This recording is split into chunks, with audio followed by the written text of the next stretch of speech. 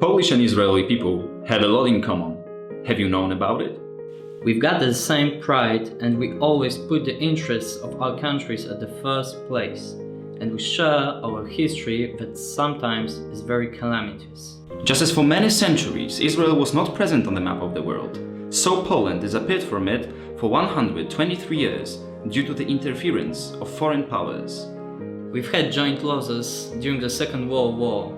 6 million Jews were murdered during the Holocaust and Poland lost 6 million citizens during the war and German Nazi occupation. Furthermore, your losses were our losses.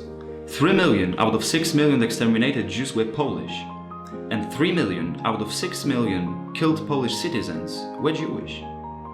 Of course, there were some Poles who collaborated with German Nazi regime during the Holocaust, but there was no Polish state collaborating with Hitler.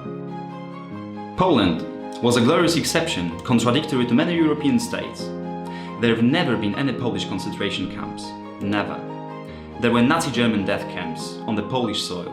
Poles have been the most awarded with the Righteous Among the Nations medal, 6,706 times, despite the fact that only in Poland the death penalty for helping Jews was executed. There were many marvelous people, as Elena Sendler, Janusz Korczak, Ulm family, and many more, who rescued Jews during the Holocaust. It's true, there is some anti-Semitism in Poland today, as in every country in Europe and North America. It's true, there is too much of it, as it's true that even one anti-Semite is too much.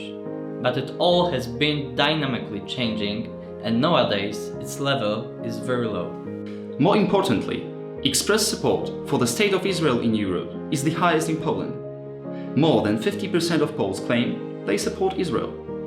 Poles not only haven't suckled anti-Semitism with a mother's milk, but in the key moments of the history they showed, like no others, a great solidarity with Jewish people, as we mentioned before.